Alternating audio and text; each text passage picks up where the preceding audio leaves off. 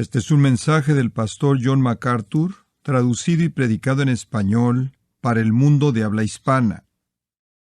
Regresamos a nuestro estudio maravilloso del Evangelio de Lucas. Abra su Biblia, si es tan amable, en Lucas capítulo 9. Así es como informamos nuestra adoración para que podamos adorar en espíritu y en verdad. La informamos con la verdad de la palabra de Dios. En cualquier y en todo pasaje es de Dios y es rico e instructivo. Pero el que vemos en esta mañana lo es en particular. Quiero leer los versículos 23 al 26 y después los tendré en mente y comenzaremos a hablar de esto. Lucas 9:23. Y decía a todos: si alguno quiere venir en pos de mí, niéguese a sí mismo, tome su cruz cada día y sígame. Porque todo el que quiera salvar su vida la perderá, y todo el que pierda su vida por causa de mí, éste la salvará. Pues ¿qué aprovecha al hombre si gana todo el mundo y se destruye o se pierde a sí mismo? Porque el que se avergonzare de mí y de mis palabras, de éste se avergonzará el Hijo del Hombre cuando venga en su gloria y en la del Padre y de los santos ángeles. Breve, no muchos versículos, ni siquiera muchas palabras, pero esto está en el corazón de la enseñanza de Jesús. Esto es oro puro, oro bíblico. Quizás mejor, este es un diamante de verdad, claro y brillante. El tema es seguir a Jesús, versículo 23. Si alguno quiere venir en pos de mí. Este es un texto acerca de cómo venir en pos de Jesús, cómo seguir a Jesús, cómo convertirse en un cristiano, cómo ser salvo, cómo ser redimido y nacer de nuevo. De eso trata. Es enseñanza crítica. Y una cosa le impacta a uno desde el principio, y es que venir en pos de Jesús involucra negación de uno mismo. Eso es claramente la primera cosa que es dicha. Si alguno quiere venir en pos de mí, niéguese a sí mismo. El Evangelio es un llamado a negarse uno mismo. No es un llamado a satisfacerse uno mismo. Y eso coloca el Evangelio verdadero en oposición al Evangelio contemporáneo evangélico, el cual es un evangelio de autosatisfacción, de autoayuda. Jesús es visto como un genio utilitario. Usted frota la lámpara, Él salta y dice: puedes tener lo que quieras. Y usted le puede dar su lista y Él se la cumple. Hay aquellos dentro del marco de los evangélicos, en el segmento carismático, que le dicen a usted: Jesús quiere que usted esté bien, y si usted no está bien es porque usted no ha reclamado su sanidad. Jesús quiere que usted sea próspero y rico, y si no lo es porque no lo ha reclamado. Jesús quiere que usted esté libre de deudas, y si usted le envía a los televangelistas suficiente dinero, usted, debido a su fe, se va a liberar a sí mismo de la deuda, o del demonio de la deuda, como se hace referencia al mismo con frecuencia, porque Jesús no quiere que usted tenga ningún problema o dificultad. Su salvación es una garantía de salud, riqueza y prosperidad y felicidad. Los evangélicos psicológicos centrados en el hombre le dicen a usted que Jesús le da a usted paz y Jesús le da a usted gozo y Jesús lo hace a usted un mejor vendedor y Jesús le ayuda a usted a anotar más jonrones. Jesús realmente quiere que usted se sienta mejor acerca de sí mismo y quiere elevar su imagen de sí mismo y quiere llevar a un fin su pensamiento negativo. Es interesante cómo esta tendencia ha entrado a la iglesia. En cierta manera la he visto a lo largo de los años. He estado ya por varios años como para ver cómo llegó. Realmente llegó, creo que de manera más incisiva, mediante el ministerio de Robert Schuller. Varios años atrás él escribió un libro titulado La autoestima, la nueva reforma. Evalué ese libro, fue publicado en una revista nacional. La evaluación que hice, porque pensé que era un punto de quiebre, era un intento de una nueva reforma, era un intento de reemplazar el evangelio bíblico, con un evangelio nuevo, y funcionó. En ese libro, Autoestima, la nueva reforma, Robert Schuller escribe, y cito: es precisamente en este punto que la teología clásica ha errado en su insistencia en que la teología debe estar centrada en Dios y no centrada en el hombre. Fin de la cita. Entonces, este es un comienzo iconoclástico. Lo primero que tenemos que hacer es llevar a un fin a la teología clásica. Tenemos que llevar a un fin a la teología centrada en Dios. y reemplazarla con teología centrada en el hombre. Eso es bastante osado, pero eso es exactamente lo que estaba pasando. Él añade, este plan maestro de Dios está diseñado en torno a las necesidades más profundas de los seres humanos. ¿Y cuáles son esas necesidades? Dignidad personal, respeto personal, valor personal, autoestima. La perla de gran precio es el respeto hacia uno mismo genuino y la autoestima. Él añade aún, si seguimos el plan de Dios tan fielmente como podamos, nos sentiremos bien acerca de nosotros mismos. Ese es el evangelio de los evangélicos. Es el evangelio en el que usted se siente bien. Siéntase bien acerca de usted mismo. Después él procede a decir, y cito, Dios necesita que usted y yo ayudemos a crear una sociedad de gente con autoestima. Perdóneme si no me uno a ellos. No podría pensar en un grupo con el que menos ganas tendría yo de asociarme.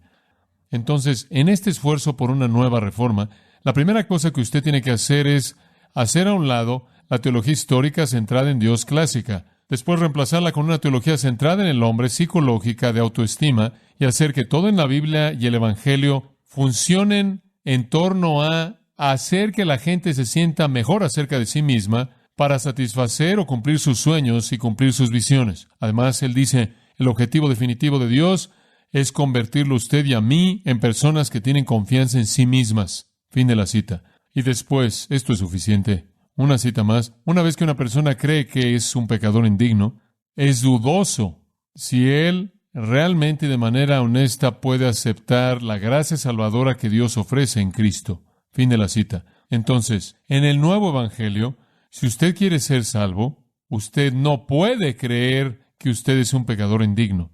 ¿Cuán torcido es eso? ¿Cuán contrario es eso a la verdad? Pero es ese evangelio centrado en el hombre de autoestima que fue recogido por el discípulo número 1 de Robert Schuller, Bill Hybels, y traducido en el movimiento de El Buscador Amistoso que secuestró a los evangélicos. Es una especie de narcisismo cuasi cristiano, amor propio que es característico de los falsos maestros, según 2 de Timoteo 3, en donde dice, vendrán tiempos peligrosos porque los hombres serán amadores de sí mismos. Y el cristianismo se ha convertido en obtenga usted lo que quiera en lugar de la intención divina para el evangelio ha sido prostituida. La gloria de Dios ha sido reemplazada por la satisfacción del hombre. Abandonar su vida para la honra de Cristo ha sido reemplazada por que Cristo lo honre a usted. Todo está torcido y el evangelio real ya no está de moda. Hubo un santo de muchos siglos atrás quien lo entendió correctamente.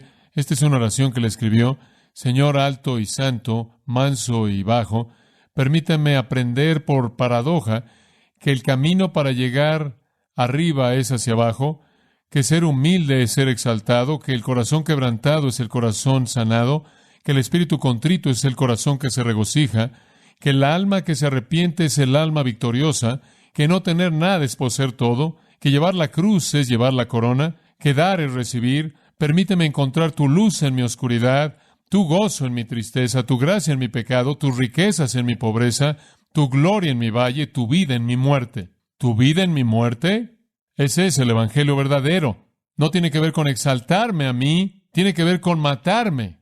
Jesús dijo, si me vas a seguir, te niegas a ti mismo, tomas tu cruz cada día y me sigues. Es la muerte de uno mismo. Usted gana al perder. Usted vive al morir. Y esa es la médula, el corazón del mensaje del evangelio. Ese es el centro del discipulado. Este no es un pasaje oscuro. Esto no es algo que en cierta manera es diferente de la enseñanza normal de Jesús. Estos son principios que Él enseña repetidamente a lo largo de su ministerio, una y otra vez en contextos diferentes. Permítame mostrarle eso. Regrese al 10º capítulo de Mateo por un momento. Mateo capítulo 10, en el versículo 34. Jesús ha estado en los versículos anteriores hablando de confesarlo a Él, claro, confesarlo a Él como Señor y Salvador, versículo 32. Todo el que me confesare delante de los hombres, lo confesaré delante de mi Padre que está en los cielos. Entonces Él está hablando de confesar a Cristo como Señor. Y después en el versículo 34 Él dice esto: no pensáis que he venido a traer paz a la tierra. No vine a traer paz, sino una espada. Vine a poner a un hombre contra su padre, a una hija contra su madre, a una nuera contra su suegra, y los enemigos de un hombre serán los miembros de su casa.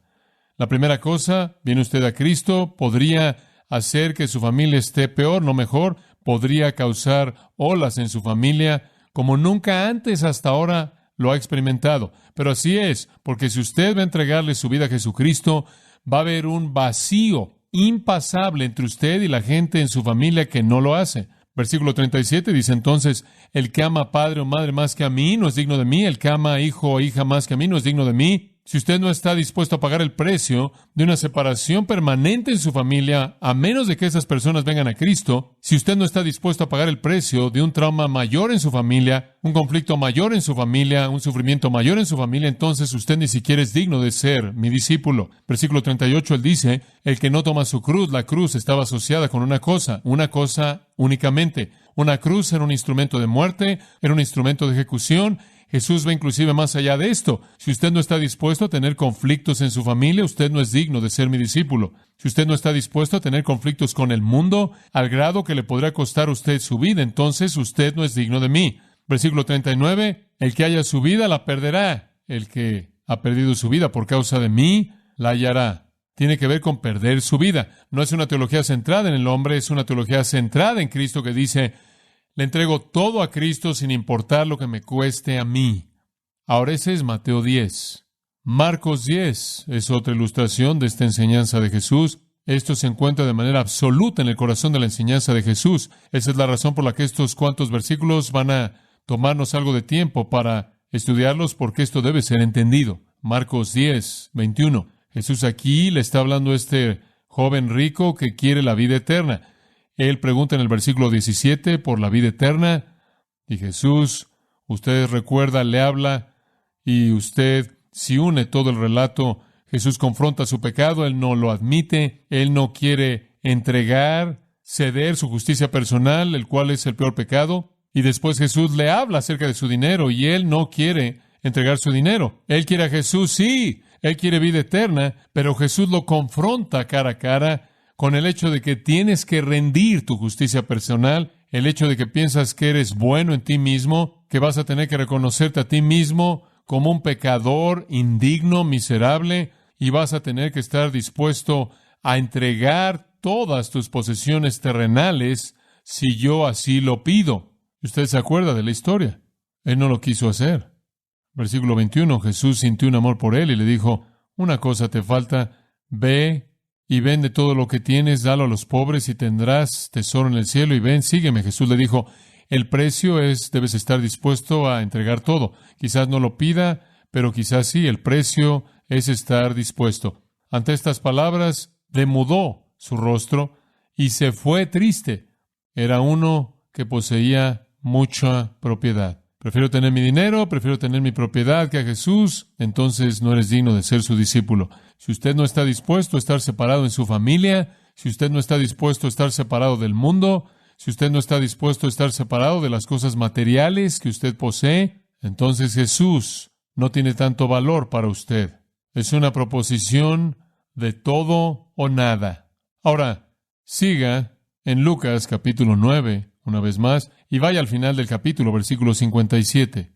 Es tan crítico que nosotros entendamos esto y tan práctico como lo señalaré. Iban por el camino, Jesús con algunas de las personas que lo seguían, algunos de los discípulos que querían ser discípulos, y alguien le dijo: te seguiré a donde quiera que vayas. ¿En serio? Jesús le dijo: no vamos al Ritz-Carlton. Espero que eso no te afecte negativamente. Las zorras tienen agujeros, las aves del cielo tienen nidos, el Hijo del Hombre no tiene ningún lugar donde poner su cabeza.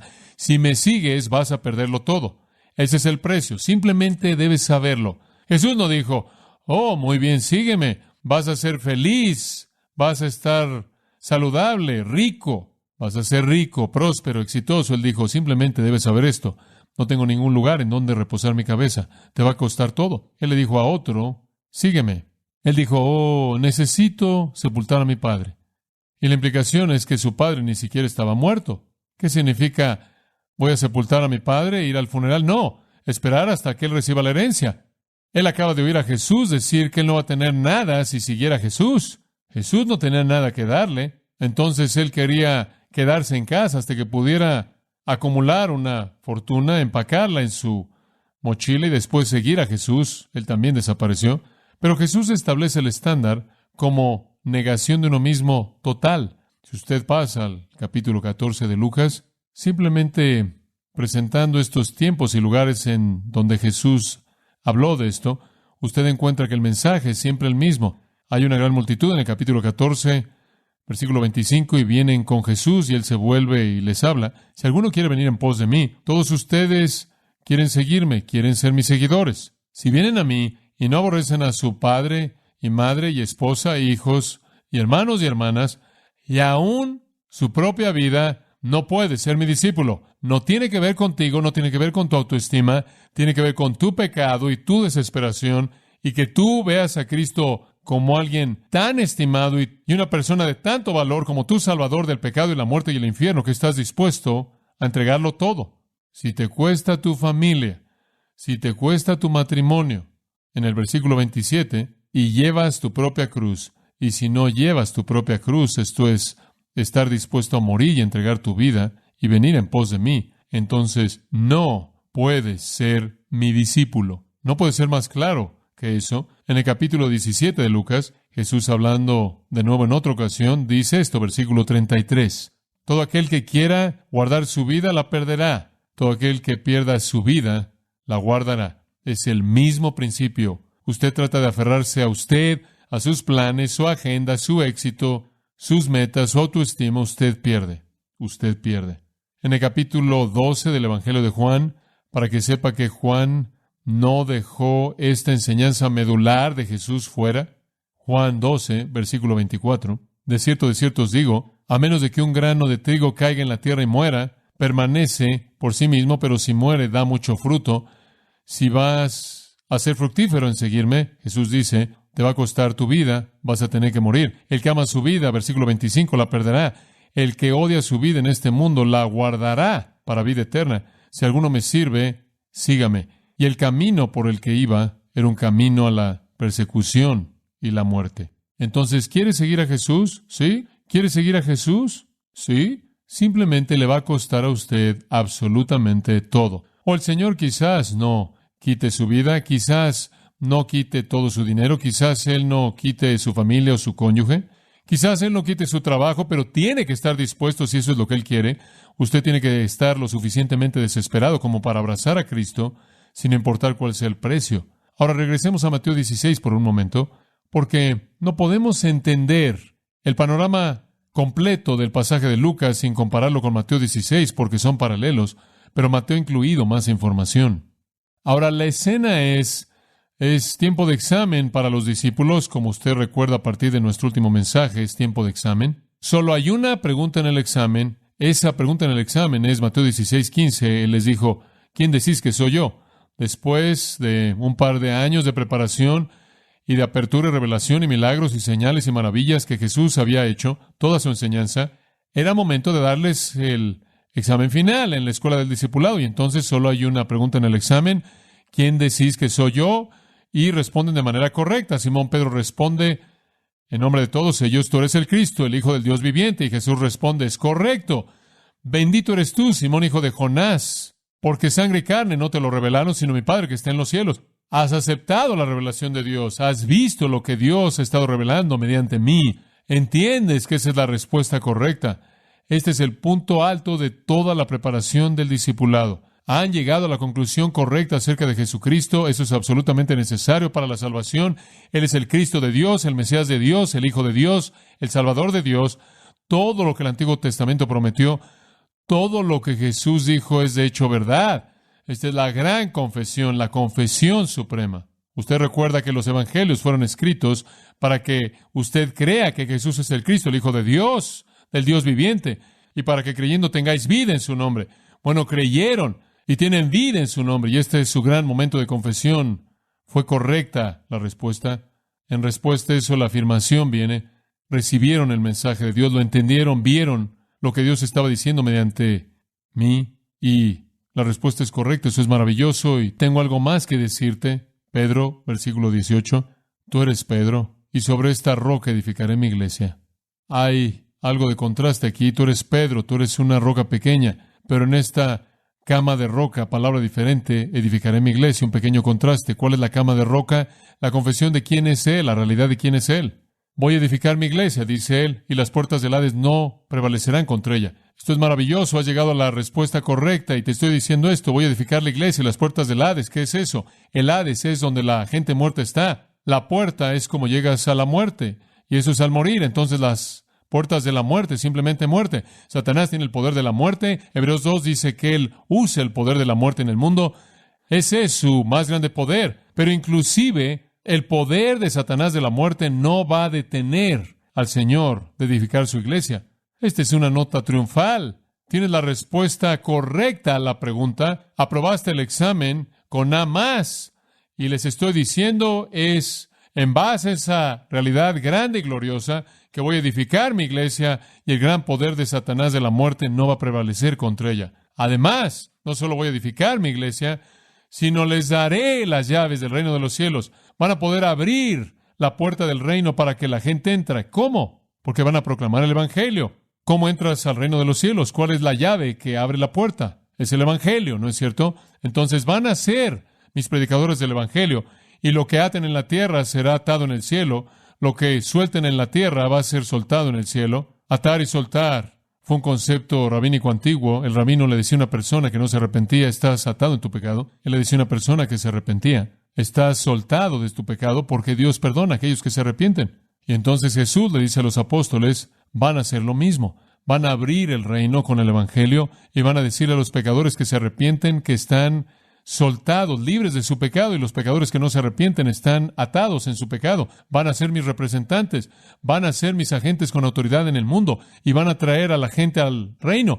Usted puede sentir el entusiasmo que está hirviendo. Aquí estamos, hombres. Esto es lo que hemos estado rebotando en los últimos 2 años, esperando que sucediera. Él es el Mesías. Él va a edificar la iglesia. Nada lo va a detener. Vamos a tener la autoridad de abrir y cerrar el reino. No la religión establecida del judaísmo, no los escribas y principales sacerdotes y los ancianos. Vamos a ser nosotros. Vamos a ser los primordiales, los preeminentes en el reino. Esto es lo que hemos estado esperando.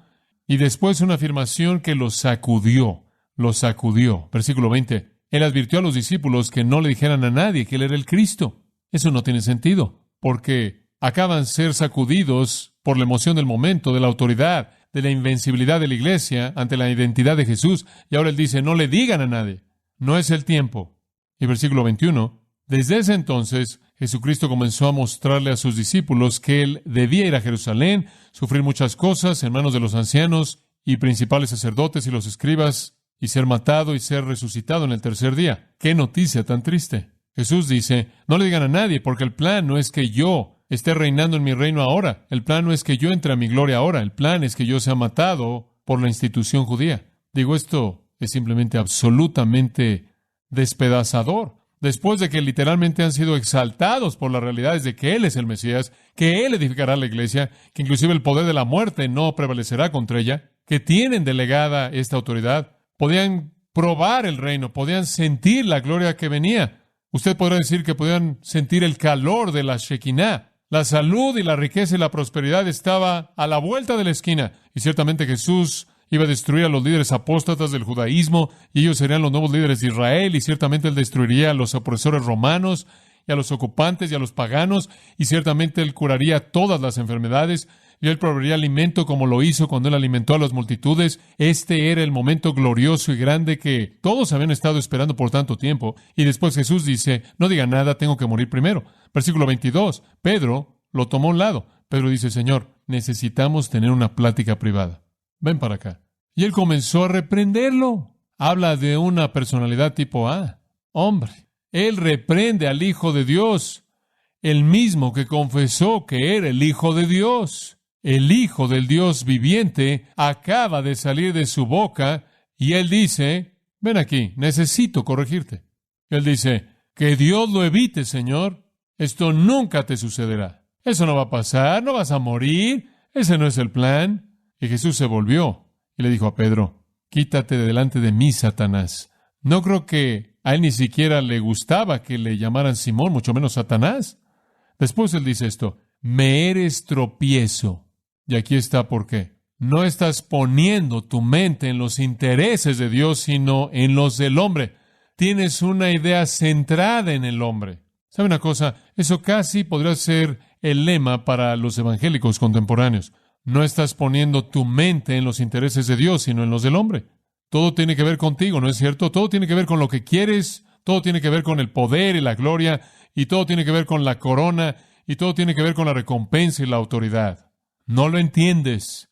El camino hacia arriba es hacia abajo. No vas a obtener una corona, sino una cruz. Y después, en el versículo 24, Jesús presenta el principio. Le dijo a sus discípulos, a los apóstoles y al resto de la multitud, como Marcos 8:34 indica que la multitud también estaba escuchando, si alguno quiere venir en pos de mí, niéguese a sí mismo y tome su cruz. Lucas añade, diariamente y sígame, y con eso vamos a hacer la transición de regreso a Lucas 9 y vamos a retomarlo ahí. Mateo nos proveyó de tanta información que fue útil. Esta es una experiencia que sacudió a los apóstoles, habiendo llegado a esta confesión gloriosa y ahora habiéndoseles dicho que no dijeran nada y después habiéndoseles dicho que Jesús va a morir. Y no solo Jesús va a morir, sino que Él les está diciendo a todos ellos, de regreso a Lucas 9:23, si alguno quiere venir en pos de mí, niéguese a sí mismo, tome su cruz cada día y sígame. Y con esa afirmación Jesús abre la paradoja del discipulado. La paradoja del discipulado. Vamos a estar viendo eso, no solo claro esta mañana, sino también el próximo domingo. Ahora esta sección, en cierta manera, la voy a dividir en 4 categorías. El principio, la paradoja, la parusia y la probada, las cuales veremos conforme avanzamos. Pero para esta mañana y por tan solo unos cuantos momentos que nos quedan, quiero que vea el principio en el versículo 23. El principio. No es difícil entender el principio. Es simplemente esto. Si usted quiere seguir a Cristo, ¿usted quiere ser un cristiano? ¿Quiere ser cristiano? Aquí está el mensaje. Niéguese a sí mismo, tome su cruz y sígalo. ¿Oye usted eso en el Evangelio contemporáneo? ¿Alguna vez oye eso? ¿Alguna vez oye eso en un mensaje dado por un predicador en la televisión o evangelista? ¿Alguna vez ha oído a alguien decir eso? ¿Alguna vez oye usted a alguien ponerse de pie en una multitud y decir, si quieres volverte cristiano, mátate a ti mismo, niégate a ti mismo de todas las cosas que tú anhelas y quieres y esperas y debes estar dispuesto a morir y someterte de manera esclavizante en obediencia a Jesucristo? Eso no vende. Eso no es mercadotecnia inteligente, pero resulta ser la verdad. Entonces, ¿qué quiere hacer? ¿Que alguien se convierta de manera artificial? Esa es la manera popular, darle a la gente la ilusión de que son salvos, cuando no lo son, para que algún día, cuando enfrenten a Cristo, van a decir, Señor, Señor. Él va a decir, apártate de mí, nunca te conocí. El Evangelio tiene que ser el Evangelio. ¿Quieres seguirme entonces? El principio es el fin de ti. Si quieres seguirme, es el fin de ti. Ya no existes. Pablo lo dijo de esta manera, porque para mí el vivir es, ¿qué? Cristo. Y el morir es, he aprendido a cómo vivir humildemente y cómo vivir en abundancia. He aprendido a tener cosas y no tener cosas, no importa. Si vivo, vivo para el Señor. Si muero, muero para el Señor. ¿Cuál es la diferencia? Soy del Señor, esa es la actitud. Los hombres quieren gloria, quieren salud, quieren riqueza, quieren felicidad. Quieren que todas sus necesidades percibidas sean satisfechas, que todas sus pequeñas comezones humanas sean rascadas. Quieren una vida sin dolor.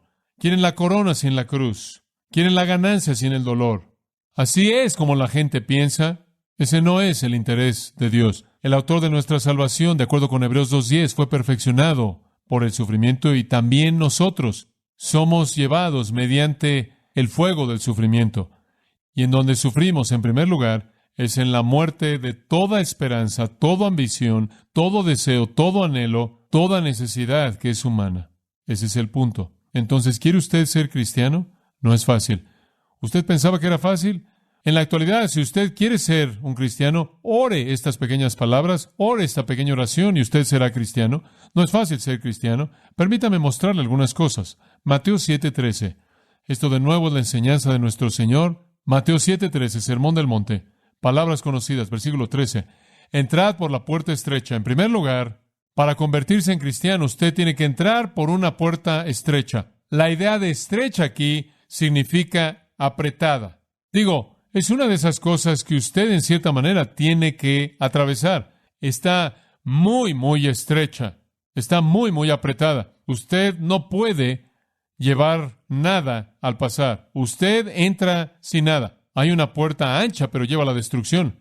Hay una puerta religiosa ancha y la gente va por ahí con todo su equipaje y todas sus necesidades personales y toda su autoestima y todo su deseo por satisfacción y satisfacción personal y todo eso. Van ahí, pero no va al cielo. Dice cielo, pero termina en el infierno y muchos van por ese camino.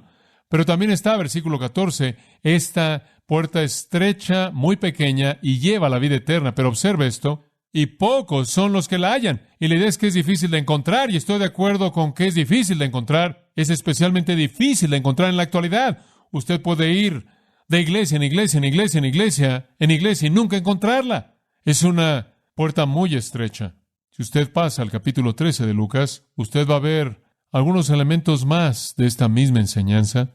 Lucas 13:23. Esto es muy, muy importante. Alguien le dijo a Jesús, conforme él estaba pasando de una ciudad y aldea a otra, camino a Jerusalén, alguien le dijo, Señor, ¿son unos pocos los que están siendo salvados? Esa fue la implicación de la enseñanza de Jesús, que esta es una puerta estrecha que es difícil de encontrar. Y entonces la pregunta viene, parece como si tú estás diciendo que son unos cuantos los que están siendo salvos, y él les dijo, agonicen, esforzaos, agonizomai, esforzaos por entrar por la puerta estrecha, porque muchos, os digo, buscarán entrar y no podrán. Es difícil de encontrar y es difícil de entrar por ella. ¿Por qué? ¿Por qué es tan difícil de encontrar y por qué es tan difícil de entrar por ella? Respuesta, porque es tan difícil negarse a sí mismo. Tan difícil. Esa es la realidad que reina en la condición caída humana, que el hombre es el amo de su propia alma, el capitán de su propia fe, que el hombre es el monarca de su propio mundo, que el hombre es el rey, y decir que él tiene que matarse a sí mismo, negarse a sí mismo. Eso es demasiado que aceptar. Usted predique un evangelio que no incluye eso, y la gente va a rodearlo usted por multitudes, por entrar al cielo. Usted comienza a predicar el evangelio verdadero que llama a una negación personal total y absoluta, el reconocimiento de que usted no tiene nada de lo cual es digno, nada de lo cual puede ser felicitado, nada en usted que necesita ser salvado, sino que más bien usted está dispuesto a matar todo lo que usted es, todas sus esperanzas, sueños, ambiciones, por causa de la perla, por causa de Cristo, y usted está viniendo en los términos de Dios. Eso no es fácil. Es difícil, en primer lugar, encontrar esa verdad. Inclusive es más difícil, una vez que la ha oído, someterse a ella, porque el hombre se adora a sí mismo. Él es su propio Dios. Lo que necesitamos estarle diciendo a la gente no es, ven a Cristo y te vas a sentir mejor por cómo eres. No es Jesús quiere satisfacer la necesidad que tengas. Jesús no quiere satisfacer tu necesidad mundana, terrenal, humana. Él quiere que estés dispuesto a decir, abandonaré todas las cosas que creo que necesito por causa de Cristo. Entonces, un poco más adelante, en el capítulo 14 del Evangelio de Lucas, vaya al versículo 28. Porque ¿quién de vosotros, Jesús dice, queriendo edificar una torre, no se sienta primero y calcula el costo para ver si tiene lo suficiente para terminarla? De otra manera, cuando haya establecido un fundamento y no pueda terminar, todos aquellos que lo observen van a comenzar a burlarse, diciendo, este hombre comenzó a construir y no pudo terminar. Ahora, si usted va a venir a Cristo, usted tiene que contar o calcular el costo. Usted va a tener que calcular el costo antes de que haga la pretensión de que viene a Cristo, una pretensión de que usted está dispuesto a seguir a Jesús. ¿Ha calculado el costo? ¿Entiende que hay un precio que pagar? Sabemos cuál es el precio. El precio acaba de ser dado en los versículos 26 y 27 que leí antes. Aborrecer a tu padre y a tu madre si es necesario, aborrecer tu propia vida, tomar tu cruz y venir en pos de mí. Ese es el precio. Que no hay nada en el mundo, en la esfera humana, que es tan querido como para dejar a Cristo. ¿Qué rey? Versículo 31. Si va a salir y a pelear en una batalla con otro rey, no se sienta primero y toma consejo para ver si tiene la suficiente fuerza con 10,000 hombres para enfrentar a uno que viene contra él con 20,000. De otra manera, mientras que está lejos, él envía una delegación para hacer la paz. O haces la paz con el enemigo si no puedes conquistarlo, o te aseguras de que tienes las tropas que necesitas para ganar la batalla. En otras palabras, Jesús está diciendo, no vengas a mí a menos de que hayas evaluado el precio. Y el precio es negarte a ti mismo, crucificarte a ti mismo y sumisión personal. En el versículo 33, Él presenta el punto. No pienses que es algo menos que esto. Ninguno de vosotros puede ser mi discípulo si no entrega todo lo que tiene. Jesús dijo, tienes que estar dispuesto a entregarlo todo. No vas a ser salvo al deshacerte de todos tus bienes terrenales, pero tienes que estar dispuesto a entregarlo todo. Así de devoto estás a la causa de Cristo, te niegas a ti mismo de todos tus anhelos mundanos, te negarás a ti mismo de tu propio derecho a vivir y entregar tu vida, si es necesario, por la causa de Cristo, y te vas a someter a su voluntad siguiendo lo que Él pida, sea que Él diga que debes perder estas cosas o puedes mantenerlas, eso depende de Él. Y después Jesús contó esas dos parábolas en Mateo 13, 44 al 46. Él dijo, hubo un hombre que encontró un tesoro escondido en un campo, y él vio el valor del tesoro y él vendió todo por el tesoro. Después Él dijo, hubo una perla de gran precio que el hombre encontró, la perla de gran precio, y él vendió todo lo que tenía para obtener la perla. Es vender todo lo que es la esencia de la salvación. Es yo entrego todo, me niego a mí mismo. Ofrezco mi vida tanto en términos de muerte, si es necesario, y en términos de obediencia en la vida. Este es el mensaje del Evangelio. Entonces, cuando usted va a predicar el Evangelio, eso es lo que usted tiene que decir. Ahora, dice usted, pero la gente no va a aceptar eso. Bueno, espera un minuto. La gente no va a aceptar eso, claro, a menos de que el Espíritu de Dios esté operando en sus corazones, ¿verdad? A menos de que el Espíritu de Dios esté realizando la obra de convicción, y el Espíritu de Dios esté despertando el corazón muerto, y el Espíritu de Dios esté generando fe. Y entonces, ese es el único mensaje verdadero que está conectado con la obra del Espíritu que va a producir salvación verdadera. No reinvente el Evangelio para que le guste a usted. Eso es lo que está pasando en la actualidad. Si alguna persona quiere venir en pos de mí, invitación abierta. Si alguno de ustedes quiere venir, ¿alguno de ustedes aquí quiere venir? Bueno, tiene que creer en Jesús, tiene que confesarlo como el Cristo, el Hijo del Dios viviente y Señor y Salvador. Después tiene que estar dispuesto a tener un alejamiento en su familia, un alejamiento en su matrimonio, un alejamiento con el mundo que le podría costar a usted la vida y un alejamiento con sus propias ambiciones personales y someter su vida entera a seguirlo y hacer lo que Él pida. No es el que dice Señor, Señor. Jesús dijo, es el que hace la voluntad de mi Padre, y esta es la voluntad de mi Padre, que usted se someta al Hijo. Este es el Evangelio.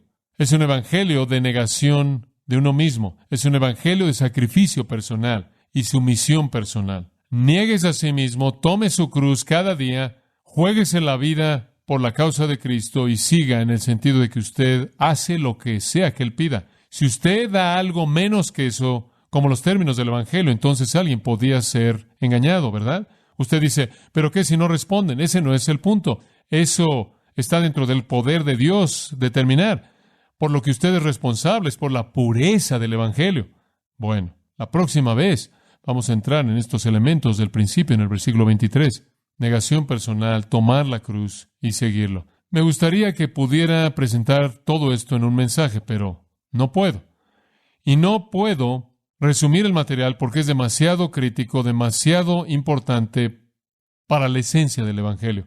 Pero creo que usted puede darse cuenta para este momento de cuán importante es esto, cuán crítico es, cuán repleto está en la enseñanza de Jesús, y conforme entremos en estos elementos la próxima vez y pasemos del principio a la paradoja, usted va a ver con claridad cuál es su responsabilidad en términos de seguir a Jesús y en términos de proclamar ese mensaje a otros. Inclinémonos en oración. Señor nuestro, recordamos de nuevo que esta no es una obra humana, ni podremos lograrla en nuestra propia fuerza, pero es tu obra poderosa el quebrantarnos de nosotros mismos. Es tu obra llevarnos a tener un corazón contrito y humillado, hacernos capaces de entregarlo todo, de dejar todo, de perder todo deseo personal, voluntad personal, hacer a un lado todos nuestros sueños y ambiciones, metas, planes, esperanzas, necesidades que pensamos que tenemos, y en desesperación, contemplando nuestra pecaminosidad, abrazar la salvación que Jesús da